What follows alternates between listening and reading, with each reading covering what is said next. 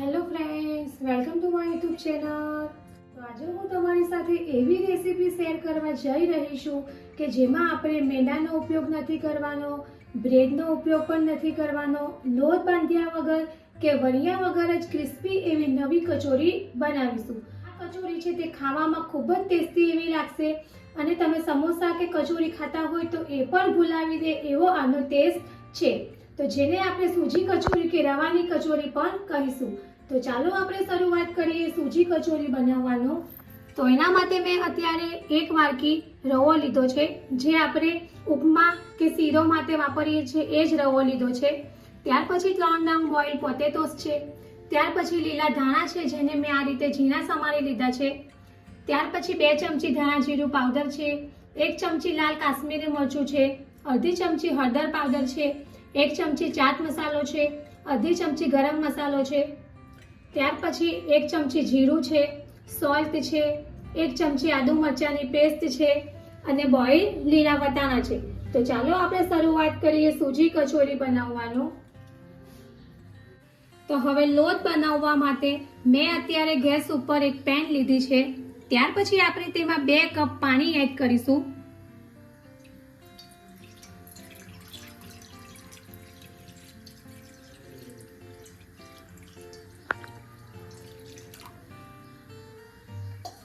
અત્યારે આપણે 1 કપ રવો લીધો છે, એની સામે 2 કપ પાણી લેવાનું છે। ત્યાર પછી આપણે તેમાં 1 ચમચી અજમો એડ કરીશું, ત્યાર પછી આપણે તેમાં સ્વાદ મુજબ સોલ્ટ એડ કરીશું,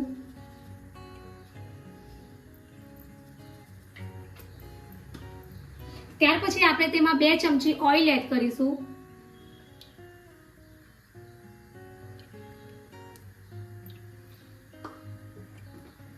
અને હવે આ પાણી છે એને આપણે થોડું ઉકળવા દઈશું।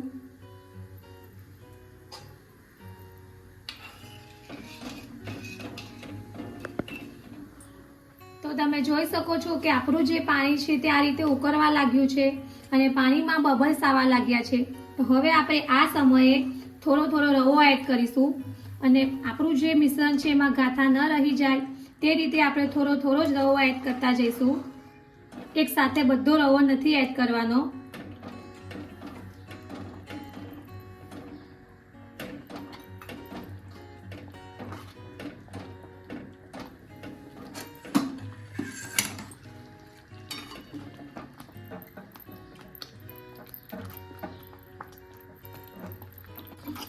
તો આ રીતે આપણો જે રવો છે તે એકદમ સરસ પાણી સાથે મિક્સ થઈ ગયો છે અને હવે આપણે ઢાંકણ ઢાંકીને 3 મિનિટ માટે એને ધીમા ગેસે બરાબર કૂક કરી લઈશું, જેથી આપણો રવો છે તે એકદમ સરસ રીતે કૂક થઈ જશે। તો લગભગ 3 મિનિટ થઈ ગઈ છે અને તમે જોઈ શકો છો કે આપણો જે રવો છે તે એકદમ સરસ કૂક થઈ ગયો છે। તો હવે આપણે આ સમયે ગેસ ઓફ કરી દઈશું અને આ જે રવાનું મિશ્રણ છે તેને આપણે આ રીતે એક બાઉલમાં બહાર કાઢી લઈશું અને આ જે મિશ્રણ છે તે અત્યારે થોડું ગરમ છે, તો થોડું ઠંડુ થાય ત્યાર પછી આપણે એને હાથથી બરાબર મસળી લઈશું।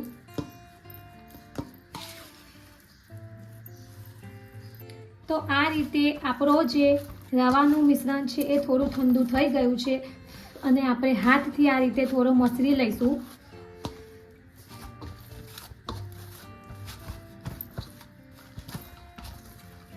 તો આ રીતે આપણે બરાબર મિશ્રણને મસળી લીધું છે।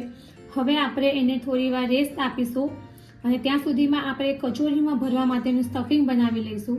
તો એના માટે મેં ગેસ ઉપર એક કઢાઈ લીધી છે, ત્યાર પછી હવે આપણે તેમાં 1 ચમચી ઓઇલ એડ કરીશું, ત્યાર પછી આપણે તેમાં જીરું એડ કરીશું,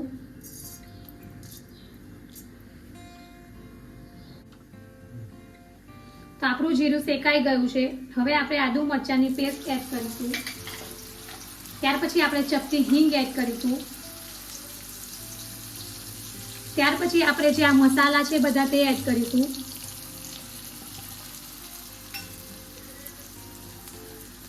અને આ બધા મસાલાને આપણે 1 મિનિટ સુધી બરાબર સાંતળી લઈશું, જેથી મસાલા કાચા ન રહી જાય અને બરાબર શેકાઈ જાય।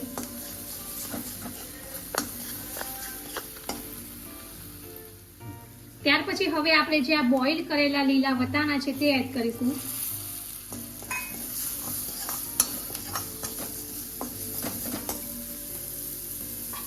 ત્યાર પછી આપણે બોઇલ કરેલા પોટેટોસ છે તે મેશ કરીને એડ કરીશું.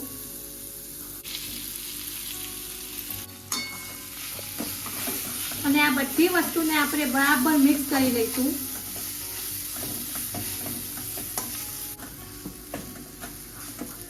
તો આ રીતે આપણે બધી વસ્તુ એક સરસ રીતે મિક્સ કરી લીધી છે.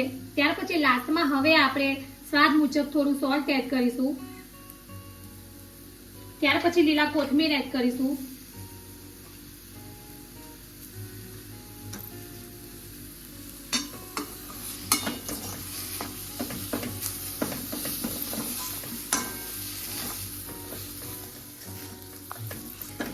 તો આપણું જે કચોરીમાં ભરવા માટેનું સ્ટફિંગ છે તે રેડી છે. હવે આપણે ગેસ ઓફ કરી દઈશું અને આ સ્ટફિંગને થોડું ઠંડુ પડવા દઈશું. તો હવે આપણે આ જે રવાવાળું મિશ્રણ છે તેમાંથી આ રીતે એક સરખી સાઈઝના નાના બોલ્સ વાળી લઈશું.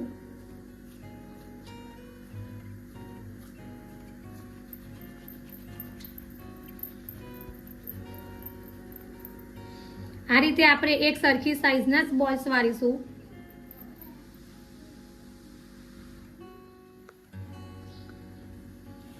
તો આ રીતે મેં જે રવાનું મિશ્રણ હતું તેમાંથી બોલ્સ બનાવી લીધા છે. ત્યાર પછી આપણે જે સ્ટફિંગ બનાવ્યું છે એના પણ આ જ રીતે નાના બોલ્સ બનાવી લઈશું. તો આ જે આપણે સ્ટફિંગ બનાવ્યું છે તેમાંથી આ રીતે થોડા નાના બોલ્સ વાળીશું, મોટા નથી વાળવાના, જેથી કચોરીમાં વચ્ચે સરસ રીતે મૂકી શકાય. તો આ રીતે આપણે નાના બોલ્સ વાળી લઈશું.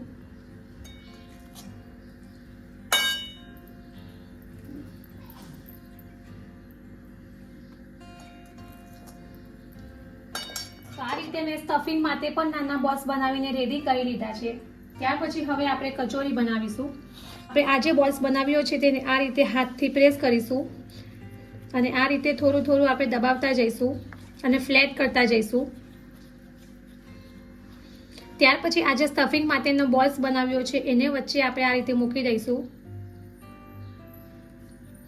અને હવે આપણે બધી બાજુથી આ રીતે પેક કરી દઈશું.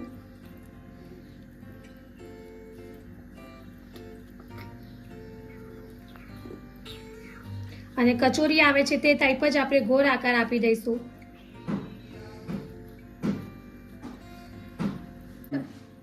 તો આ રીતે આપણી જે કચોરી છે તે બનીને રેડી છે. ત્યાર પછી બીજી બધી કચોરીને પણ આપણે આ જ રીતે બનાવી લઈશું. તો આ રીતે આપણે જે કચોરી છે તેને સ્ટફિંગ ભરીને રેડી કરી લીધી છે. ત્યાર પછી હવે આપણે આ જે રેડી કરેલી કચોરી છે એને ઓઇલમાં ફ્રાય કરી લઈશું.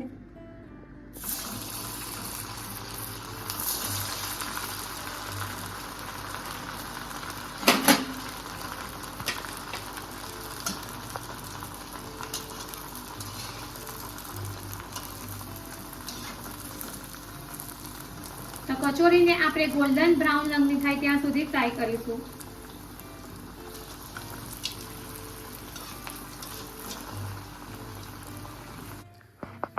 તો તમે જોઈ શકો છો કે આપણી જે કચોરી છે તે ગોલ્ડન બ્રાઉન રંગની થઈ ગઈ છે અને ફ્રાય થઈને રેડી છે.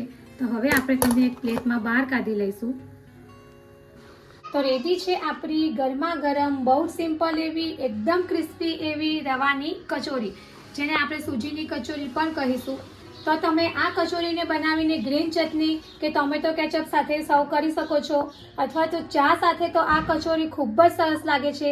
તો ફ્રેન્ડ્સ, તમે કચોરી તો ઘણીવાર બનાવતા હશો, પણ જો આ રીતે તમે સૂજીની કચોરી ક્યારેય ટ્રાય ના કરી હોય તો એકવાર જરૂરથી ટ્રાય કરજો અને કમેન્ટ બોક્સમાં મને જણાવજો કે તમને મારી આ રેસીપી કેવી લાગી છે.